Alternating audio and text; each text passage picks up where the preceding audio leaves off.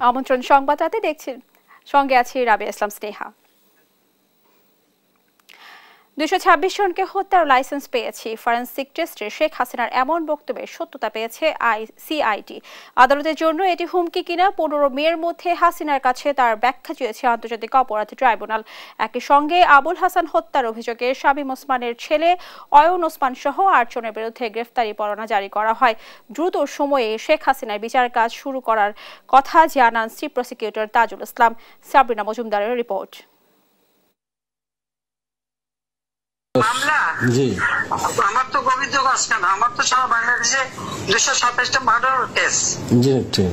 আমি বলছি সবাই তালিকা করো, তোমরাও তালিকা করো, কারণ অন্তত 227 জনকে মারার লাইসেন্স পেয়ে গেছে। গেল বছরের 5 আগস্ট সাবেক প্রধানমন্ত্রী শেখ হাসিনা ভারতে পালিয়ে যাবার পর সামাজিক যোগাযোগ মাধ্যমে ফাঁস হতে থাকে আওয়ামী লীগের নেতাকর্মীদের সাথে ফোন আলাপ। এর ধারাবাহিকতায় গেল বছরের 28 অক্টোবর গাইবান্ধার গোবিন্দগঞ্জ উপজেলার সাবেক চেয়ারম্যান শাকিল আকন্দ বুলবুলের সঙ্গে শেখ হাসিনার একটি ফোন আলাপ ভাইরাল হয় সামাজিক যোগাযোগ মাধ্যমে।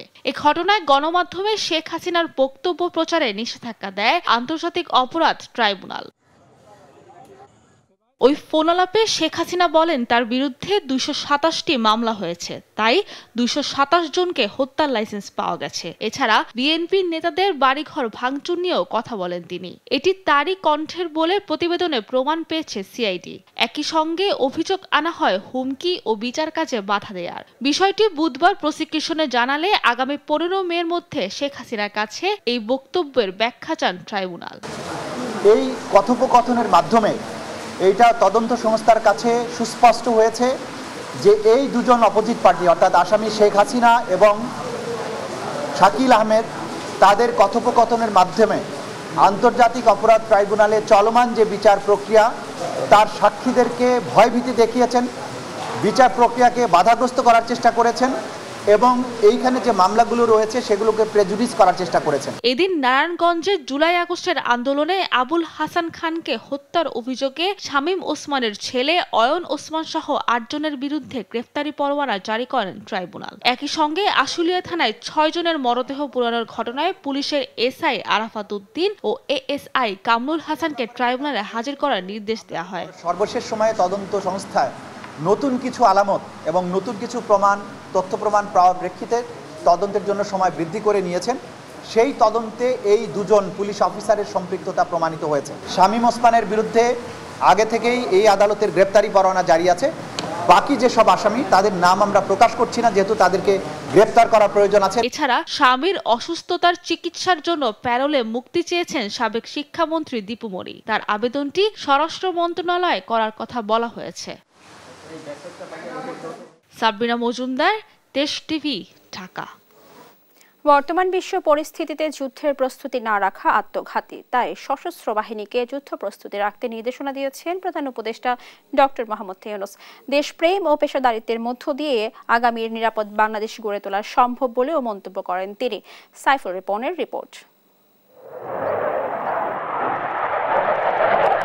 বুধবার বীর উত্তম একে খন্দকার বিমান ঘাঁটিতে বাংলাদেশ বিমান বাহিনীর বার্ষিক মহড়া আকাশ বিজয় 2025 পরিদর্শন করেন প্রধান উপদেষ্টা ডক্টর মোহাম্মদ ইউনূস। পরিদর্শনের আগে প্রধান উপদেষ্টাকে গার্ড অব অনার দেয় বিমান বাহিনী।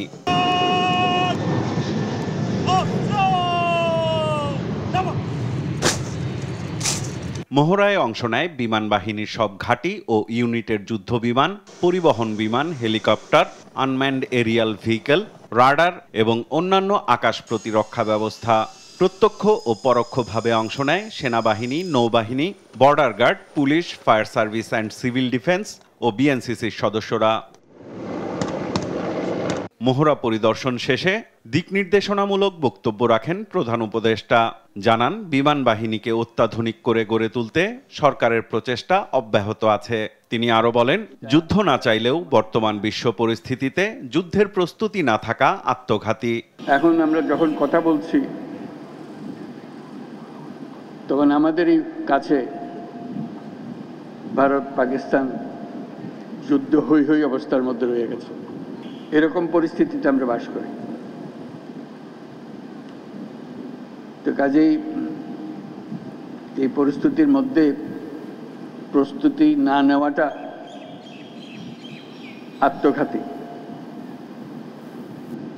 এবং প্রস্তুতি নিতে হলে আধা-আধি প্রস্তুতির কোনো জায়গা নেই।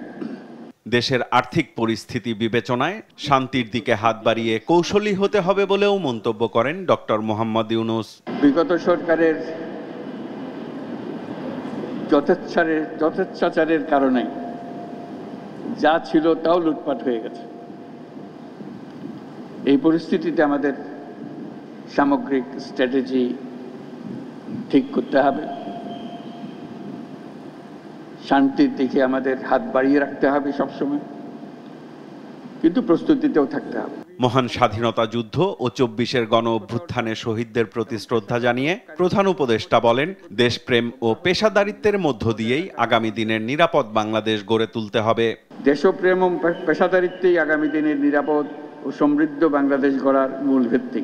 সাইফুল রিপন, দেশ টিভি, ঢাকা। দেখছেন সংবাদ রাত।